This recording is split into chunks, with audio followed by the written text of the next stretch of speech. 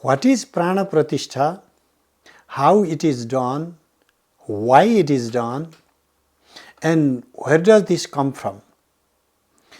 These are a few questions that have been relevant for a wider Hindu audience today, particularly in light of Rama Janmabhoomi installation, the Prana Pratistha.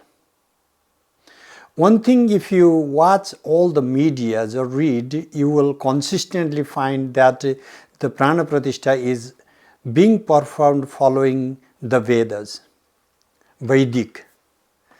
But what is funny is they don't even mention one time that the actual procedure for Prana Pratistha do come from the Agamas and not from the Vedas. And all the manuals for Prana Pratistha are actually in interaction with a commixture of Veda and Tantra or purely Tantric procedures. And this is not all. Even the making of the statues, even the construction of the temples, and the rituals themselves, they are all outlined originally in the Agamas. So one thing is, we should acknowledge the Agamic reference as they are. But the deeper issue is, wherever it comes from, it is the most prevalent mode of worship in the Hindu world. Some people would say, I don't worship statues. Some people might say, this comes to, idolatry. I know there are that type of people out there, but they are ignorant about the history and about the practices of the Hindus, that there are millions of gods, they are iconized, and they are metaphoric expression of the absolute, and they are given this bodily presence in which the devotees go and worship and interact with the divine in every daily mode of experience. So, what it is, the prana, the life, how do you pratistha, how do you situate, locate, install? The prana is number one everywhere. This is a ubiquitous factor. It is all around. And that prana in the cosmic level is flowing in the form of vatas, vayu, and the prana itself is in the body. Like my body, I have prana in different forms, prana, apana, and so on. So this real prana is the vitality, the very pulsation that manifests in the form of life. So prana pratistha is giving life, bringing an image to life. But how can a statue be alive? The thing is, we did not view, our ancestors did not view life only reserved to biological bodies. Life is everywhere. Life permeates everything. Even inanimate objects, there is life there, vitality there.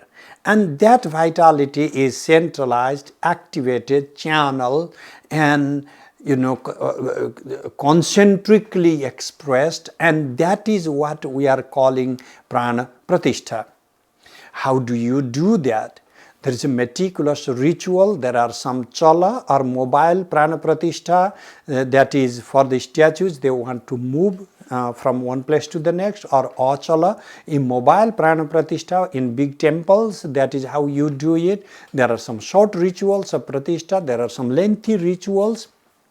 At the end of the day, you invoke by means of the mantras the very pranas and install that. There is a meticulous visualization, there is a systemic articulation of the breath, because prana is breath. So the ritualist will maybe pick up an object, flower for example, and then his breath is synchronized with the flow of the mantra and installed in there.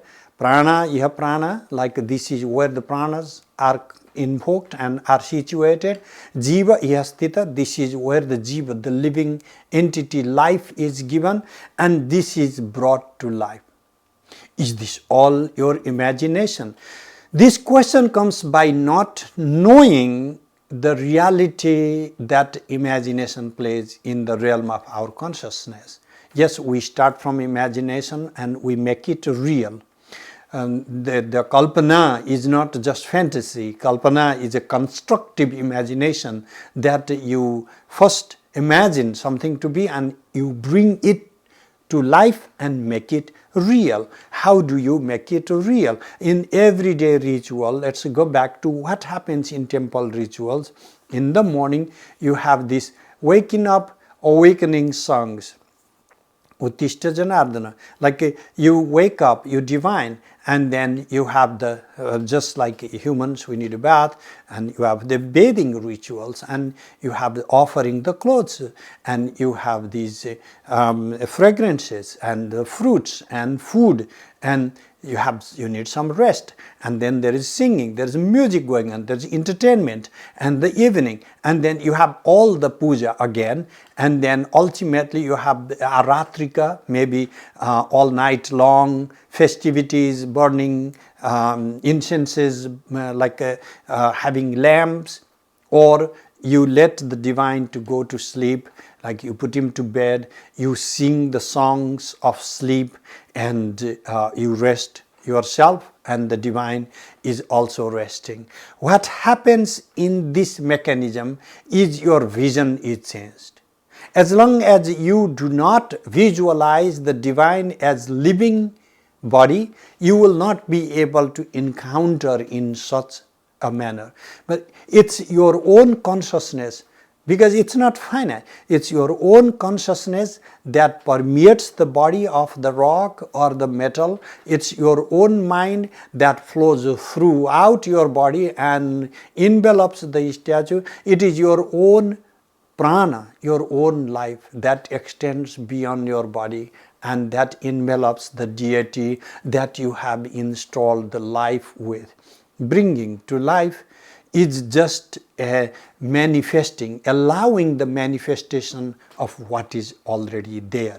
Nothing is bereft of life, but we need a meticulous process, a ritual we may, and that ritual in the mesocosm, in this in-between realm, makes it possible for purely mental, pure consciousness to interact with purely physical, and that is when we start visualizing, we start accepting the live interaction we call the sakshatkar, like having a direct encounter with the divine. And this direct encounter is possible more and more the way you give power to the deity image that you have brought to life. And therefore, Prana Pratistha or life installation is the most fundamental form of all the rituals, and you should not think that all the deities are in the shop. What is the difference between all these statues that people are selling and the one you have in the shrine? The only difference is those statues at the shop are lifeless, they are objects. That's how you can purchase it. You have the commodity, there is a price to it, but when you install life, there is no price to it, because it's the divine. How are you going to sell the God? Therefore, once the life is installed, then it becomes the presence of the divine, and life installation is a mechanism of transforming the profane, the ordinary, the mundane into the sacred, the holy, and the transcendent.